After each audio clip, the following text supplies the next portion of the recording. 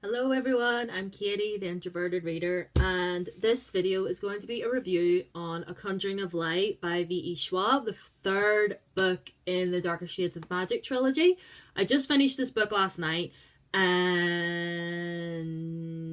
in a nutshell, I can say that I liked it. I mean, I gave it 4 stars on Goodreads. I can definitely say that I enjoyed it, but a lot of the beginning, for me personally, it's like things were happening. It like kind of was going like that, and then it went up a little bit, and then it went up, and then I was like, are things actually happening now?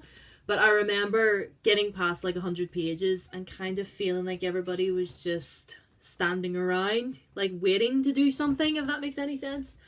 It didn't really pick up for me until maybe about halfway through, when I can't really say without spoiling, but something happens, something really, really bad happens, and everybody's panicking, everybody's losing their minds, and like I did enjoy it, but I'm not like sitting here like, wow, this was amazing. I mean, I give it 4 stars purely because of the character arcs within this book. I really, really do feel that our characters developed so much within these 3 books. Rye in particular, because in the first one, Rye was just, he was the prince, he was just, a flirtatious, did whatever he wanted type of guy, and he still is that. But in this one, he really, really comes into his own, because his kingdom is, things are not going well. I'm not going to give anything. I'm going to try and not give anything away. If I feel the need to say something and give a talk about something that happens, I will definitely warn you. But what I will say is, Rye really just came through for me in this one. He was my saving grace throughout this whole series. Kel as well. There are a few times when Kel does get on my nerves, a little bit, but like I don't hate him. Like, I don't love him, but I don't hate him. I'm kind of in the middle when it comes to Kel, to be honest. What else can I say?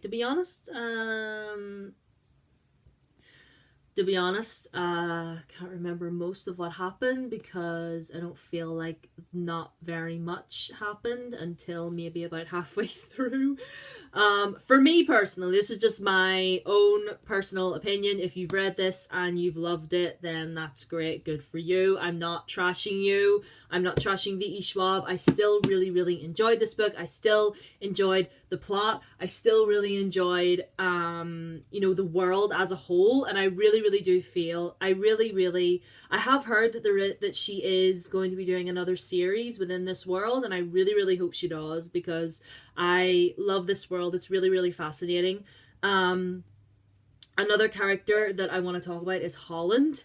Holland, for me, like, he was supposed to, like, he's one of those amazing, wonderful, morally grey kind of characters that, like, he's been through so much. Do you know what I mean? He went through so much when he was younger, like coming into his magic and everything. And he's just sort of hardened himself now, and he doesn't really let anybody in. And when it comes to like helping people or doing something for anyone, he always has a hidden agenda, which I do really actually like about Holland. Like, Holland's actually quite precious to me, and so is Rye and Alucard as well. If you've read this, I'm being very, very vague, but if you've read this, then you understand what I mean. I finished this last night, and Lila is still the most insufferable, annoying, stereotypical, tropey female character that I've ever had the displeasure of reading from. But I mean, she's not so annoying in this one. Like, in the first 2, like, every other inner monologue of hers was just like, I'm such a great thief, I'm not like other girls anyway, I like wearing boots, I don't wear dresses, okay, give me a knife instead. And I was just like, shut up, please. No one cares, okay? We get it.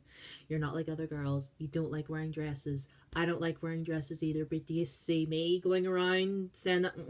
No, okay? Just be quiet. She annoyed me in that aspect. But not so much of that in this one. I mean, she's still a cocky wee bastard, but like, it didn't annoy me as much in this one because there was just too much happening.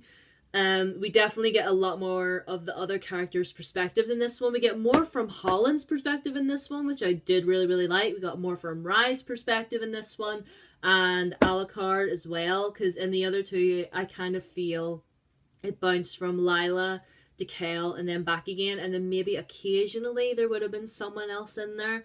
But in this one, we got so much more, which I do really, really like. But I just feel that this trilogy is scratching the surface, if you know what I mean, when it comes to this world, you know, this universe. I feel like there's just so much more, and I have so many questions. Like, I was sitting thinking about this last night. We don't know that much about Kale, right? He's pretty much a mystery. He was brought to the palace when he was 5, and he had nothing but a little dagger on him with his initials on it, with KL written on it, and that's why they called him Kale. So, like, we don't even know if Kale is his real name. So I just have a lot of questions about him. Just cause, okay, I'm gonna give like a little bit of a mild spoiler. So if you haven't read it, I'm gonna put the book down. When I lift it back up again, I'm done. Okay? So mute the screen till you see the book again, and then I'll stop. But that part where they're on that ghost market shit, when the old woman gives him the letter and says all the answers you need are on that letter, all you have to do is read it. I'm sitting like, is he gonna read it? Is he gonna read it? Is he gonna read it? But then he burns it, and I'm like, why? I still have so many questions. Do you not have questions? But it's just, that was, I just want to know more about Kale. I want to know more about his past. I want to know why he was left behind at 5 years old. I want to know why his memory was blocked. Like, who were his parents? Who were his parents? Like, where did you come from? But, you know, that's all I have to say. I'm done giving spoilers now. You can unmute it if you muted it. But, yeah, that was all I had questions on. But like I was saying, I do truly believe that this is just scratching the surface of this world. And I do definitely want more. I want answers. Like, this series as a whole, I did enjoy it because of, you know, the magic system and all the other different cultures and the action. In the second one, I really enjoyed that. I love the action scenes. Like, I can definitely see the action scenes playing out in my mind. But, I enjoyed it, but it didn't blow my mind. It's kind of there, if you know what I mean. And this is no offense to anybody that likes it. I still gave it 4 stars. I still give it 4 stars purely for the action and the plot and the character arcs, but I just feel it wasn't enough. This is a 600-page book, and I still feel like I wasn't given enough. Do you know what I mean?